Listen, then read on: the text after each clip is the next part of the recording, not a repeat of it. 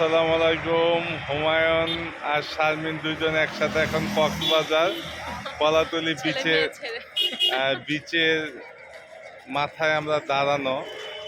এখন আজকে মাননীয় প্রধানমন্ত্রী শেখ হাসিনা কক্সবাজার আসছে, উনি ট্রেন লাইন উদ্বোধন করবে, ট্রেন স্টেশন। তো এই যে আমরা এখন দাঁড়ায় আছি ওনাকে দেখার জন্য।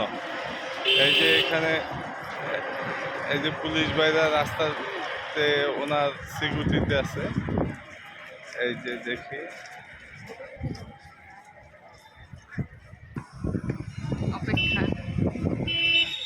আমরা প্রহর গুনতেছি। এই যে মাননীয় প্রধানমন্ত্রী প্রহর যাবে কিছুক্ষণের মধ্যেই। এই যে স্বাগত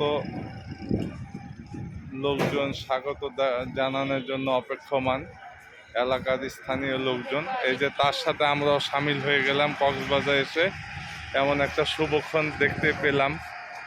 মাননীয় প্রধানমন্ত্রী ট্রেন স্টেশন উদ্বোধন করবে।